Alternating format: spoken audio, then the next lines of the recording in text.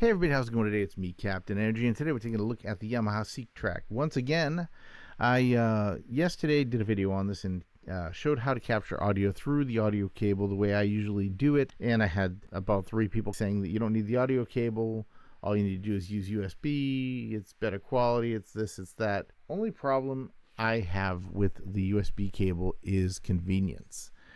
Let me explain what I mean. It is convenient to use the USB cable to capture the audio, but it's not convenient if you use an audio interface other than the SEQTRak as your audio interface. If I am using, for example, normally, I'm going to go to Edit and Preferences here real quick, and I'm going to show you what I've got for audio interfaces. On my system here, right now I'm set up to ASIO Steinberg USB, which if you look at control panel, I have it already set to SEQTRak because I was experimenting with this a little bit. But if I look back over here and we go to, say for example, what I normally use, which is the Focusrite USB ASIO, you can only have one audio interface in Reason. You can only have one audio interface in pretty much every DAW in Windows. The Mac has a way of bundling audio interfaces so that they're accessed as one even though they're multiple, but the clock can even get you a little wacky in that sometimes. Regardless, so we're just going to go ahead and go this route. I was trying to save you the trouble of having to go in here, change your audio interface, and change all these things. Like right now it says, you know, what's the clock source? It's this USB. This is all this stuff changes when you're using Reason with an audio interface versus when you're using it with this SEQTRak as your interface connected by USB. Now, the plus side of using it this way, instead of using the audio capture the way I was doing it before, is that you get quicker response. Basically, your audio will come in, and it seems that it won't have a delay even being captured, where I did have a slight delay that I had to slice 1/128th of a bar out before my audio would line up, and then slide everything over.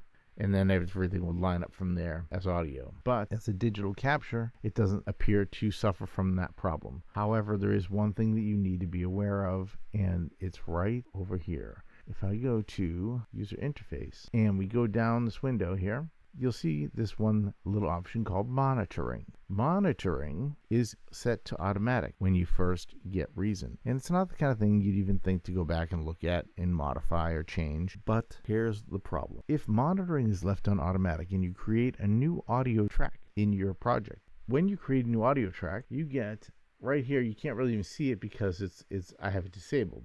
But it says enable monitoring for track. You get this little monitoring speaker. It's a little green speaker button, and you can turn it on or off. And it pops up when you create a new audio track. And when it pops up with the track not muted and the speaker enabled, the monitoring speaker enabled. So essentially, you've got audio coming out of this and going right back into the input on this track. So what happens when you run audio output directly into the input of the same device? Giant feedback loop, right? Which can be serious. I mean, I've actually had something like that happen to myself one time, and I had, like, my ear, I thought I was deaf. I thought one of my ears was fried. I thought I was in deep trouble. It did seem to subside after, but it was so loud and so high pitched that it actually almost deafened me in one ear. And thank God at that point I was holding my headphones kind of DJ style, one ear covered, one ear not, or I'd have been not able to hear for a couple days. Be sure that when you're in there, again, that's in Preferences, which on the Mac is under File and on Windows is under Edit.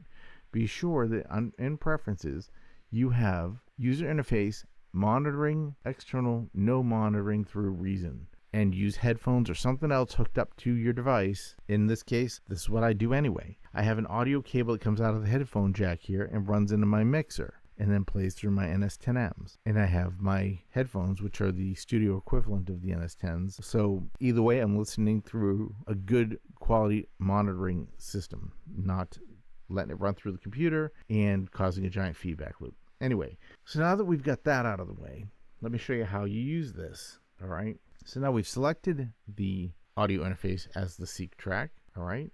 And we'll throw a couple more tracks in here. Over here, we'll hit 2 more. Control T, Control T. So now we've got 3 total.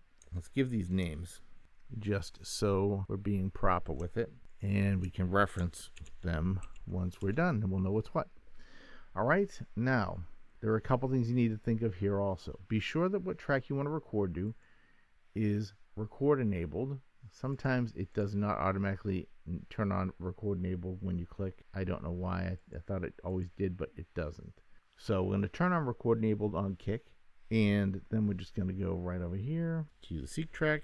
Make sure everything is up. This is just my way of doing things. I put the third bank on these instrument tracks. Right now they're all blank. I use that just for my own purposes, but bank 1 is where I have my stuff set up on. So you see I got a 4 on the floor kick right here. I'll throw one more little beat in there for fun right there. And now what I'm going to do is we're just going to set it up like we did yesterday so that the sync mode is internal on Reason and send clock is set up here. And then on the SEQTRAK, if we go back over here to go to settings and then we go to MIDI, be sure that your send is turned off, your external sync is set, not internal, and we have the send start and stop messages turned off here as well. I showed you that yesterday, and that is going to stand with today as well. All right, so here we are, kick, hi-hat, clap. We've got the tracks selected. Now let's get these recorded. So I'm going to go over to the SEQTRAK, and we're going to go ahead and I'm going to click solo and then press down on kick. You'll see that it is lit up with the blinking greenish yellow light and the 2 blue lights underneath. That means it's soloed.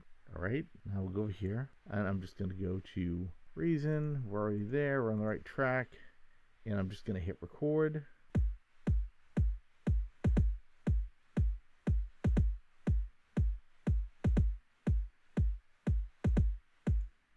I'm just stopping it right there. We don't need anything more than that.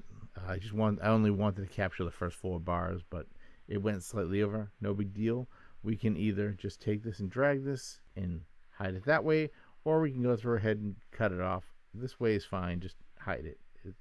It'll always be there, sort of in the background as like a little piece that's just not used, but that's fine. Just a little nub of audio is not a bad thing. Now, before we record our next track, because we're doing this digitally, because it's all one interface type thing, and is playing the sounds as well as capturing the sounds that are coming from it digitally also, you need to hit mute on the previous tracks. Now we'll go down to the next track right here, and I'm going to go back to the SEQTRAK. We're going to turn off solo on the kick. We're going to turn on solo on the clap.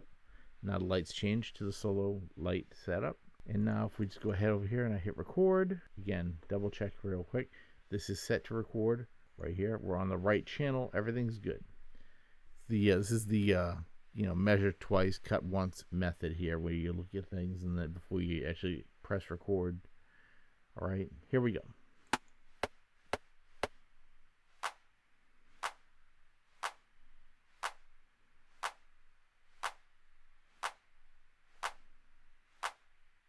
All right, that's all we need. Just gonna take this back, drop it right there so it matches up. And now all we need is hi-hats. Oops, accidentally recorded the hi-hats, the clap on the hi-hat track. No big deal. I'm just gonna drag this down here and drop it there. And then we'll mute that track, that's fine. See, it's all part of my plan to show you how easy it is to change things. But you get the idea. That was actually really easy to repair that problem, right? All right, so now I'm gonna go solo, turn off clap, solo, turn on hi-hat 1. And you see my hi-hats are right there. Let's go over here, and I'm gonna hit record.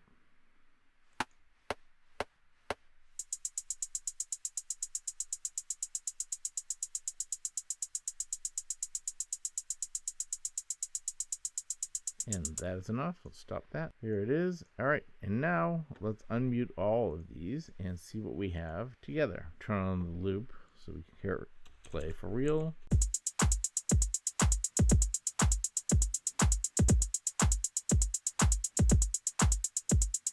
And that's it. So now you're welcome to put any of the other parts you want to put in here, record your parts, dump them in here, and again, this now lets you edit all this as you would any other audio project in your DAW.